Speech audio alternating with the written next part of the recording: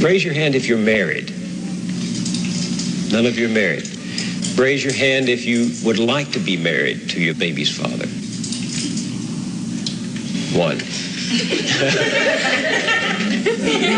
The rest of you who don't plan to get married, why don't you plan to get married? I'd like to know that. You already have your child to think about, and then a whole family to care for. You know, it's a lot of responsibility.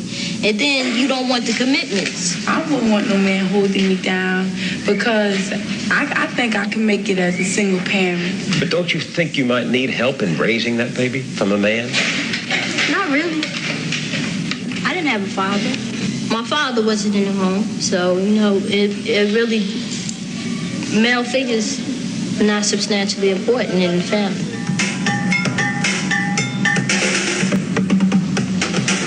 Thinking about holding up for no sex, my man. You know, if a girl, you know, she get having a baby, carrying a baby, hey, that's on her. You know, I'm not gonna stop my pleasures because of another woman. What about birth control? What about condom? Girls don't like them things. They don't like them things. Girl tell you to take them things off. They figure that you saying that they filthy or they dirty or something. The Vanishing Black Family was a report that was done back in the 1980s that looked at the different changes and some of the negative trends that were taking place in the Black America, specifically a declining marriage rate and an increase in single-parent households. And while I do think the report has a little bit of propaganda in it, one of the things I think the report does well is capture key beliefs, mindsets, and ideas about marriage, about parenting, and about single-parent households.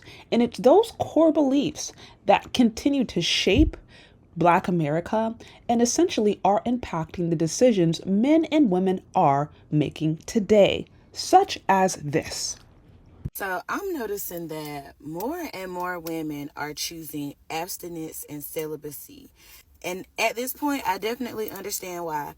Like, between the situationships, the men not wanting to commit, the men not wanting to be honest, the down low men, and these married single men, I get it. I do. I really do.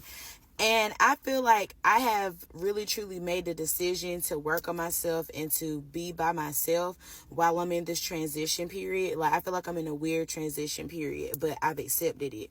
And I feel like now is the time for me to really just focus on myself and not think about dating. I feel like I have goals and I have things that I want to do first before I actually date, because I really do want to date with a purpose. But y'all, the things that I have been seeing lately, it's just like beyond, and it's too many things out here. Like, I'm not shocked that women are choosing these things. I'm not shocked that women are content with these things. And it's some men too. Like, don't get me wrong. It is some men too that are tired of it too. And they've decided, you know, I'm just going to be by myself.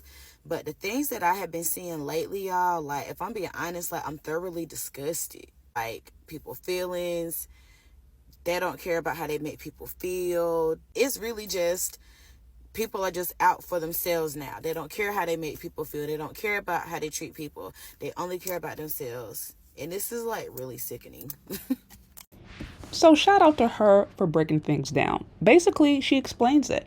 There are women out there who are choosing to be abstinent, who are choosing to be celibate. Now, to be clear, what I've noticed is that this decision oftentimes comes after a woman has had a series of different failed relationships, a series of different failed situationships, and has essentially had her heart been broken. She even alluded to it in her video. Another important thing to notice is that it's not uncommon for women to choose abstinence and celibacy after they have had a child. Take, for example, Brittany Renner, who has been incredibly open about the amount of sexual escapades she has had with athletes and different high-profile men. But then she comes out and says she wants to be celibate after she's had her whole phase. And so this is a common trend that we see in women in Black America. And while I do support abstinence and celibacy, the issue is I think we tend to have it backwards. I believe that we should practice abstinence and celibacy before we get married, abstinence and celibacy before we settle down. Because what can happen is when we don't do that, when we decide to choose abstinence and celibacy on the back end, we have all of these situations, we have all this heartache, and many times we have kids that we have to deal with while we are picking up the pieces. And then this can also lead to other situations, such as the one right here.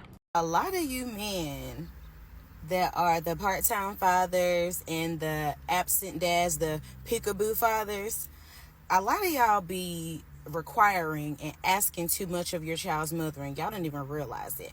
And at this point, I feel like it's just a societal thing that all of the legwork and footwork falls on the mom and that the dads have to do barely anything. I think that's just been the societal norm for so long, to the point where y'all think that's how it's supposed to be, and absolutely not. I made a video not too long ago about how, the men who are disrespectful to the mother of their children, how, it is okay to take a step back. The people were up in arms about that message. And it's not about withholding the child. I never said withhold the child. But let's just be very clear here. Number one, the men that are in their child's lives and doing what they need to do, they're not disrespecting the mother of their children. Let me state that again, because I've said that numerous times and I felt the need to say it again. Number two, if we can't even get on one accord as far as being respectful parents and being able to get on one accord when it comes to co-parenting to the child, do you really think I'm about to sit on the phone with you and go back and forth with you? As you can see, it can become really complicated. Co-parenting can become really complicated.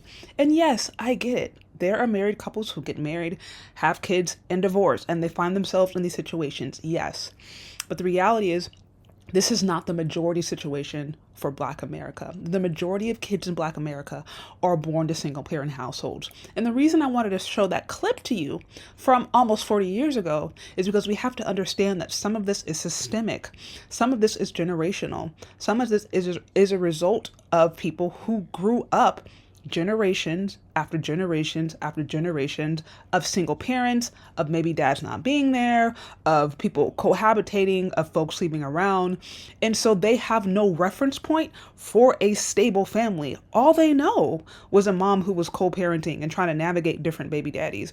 All they know is a parent who wasn't there, a dad who wasn't around, or a mom who was barely around. That's normal to them. And so they continue to repeat it because as humans, we are naturally going to repeat what we saw coming up unless we make a specific and active change to do things differently. So I'm not bringing this up necessarily as a way to shame or to say that a person is horrible if they find themselves in these situations. I recognize that many people in the Black community, men and women, were not set up for success.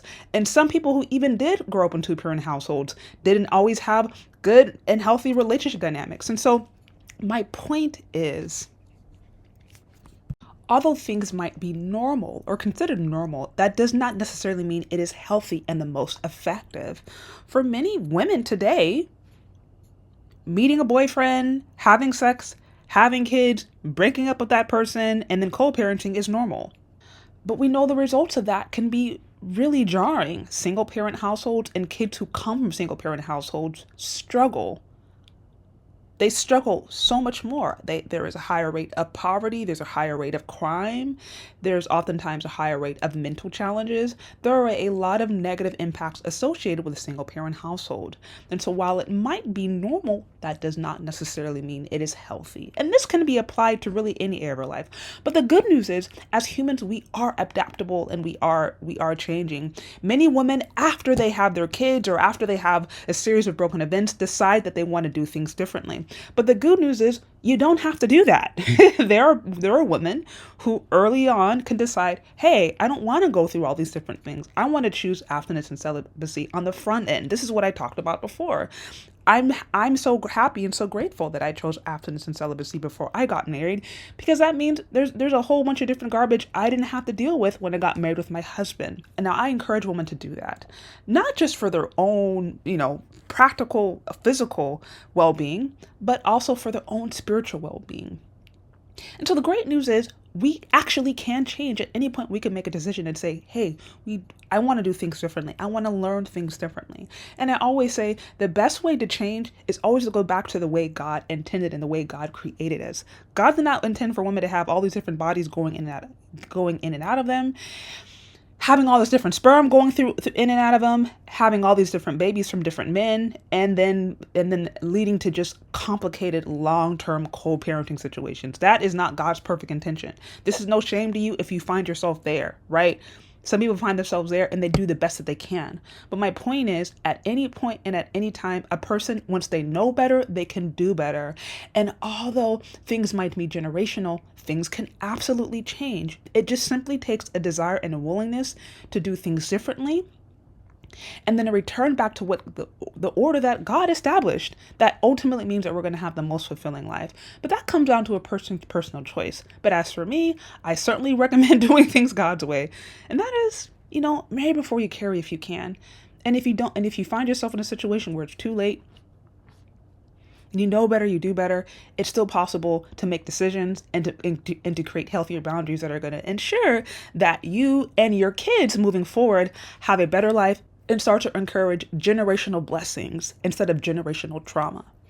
Anyways, those are my thoughts. What do you think? Do you agree or disagree? Let me know. Also, be sure to check me out on my other page, Sacred Life, where I talk a lot more about spirituality and what it means to be a Christ follower. Also, follow me on Patreon, where you can see live interviews with my husband and other exclusive content not found anywhere else, or become a channel member so that you can have access to my private community where we do members only lives, get sneak peeks behind the scenes, and other cool content. Thank you so much for listening if you've gotten this far, and we'll talk later. Bye.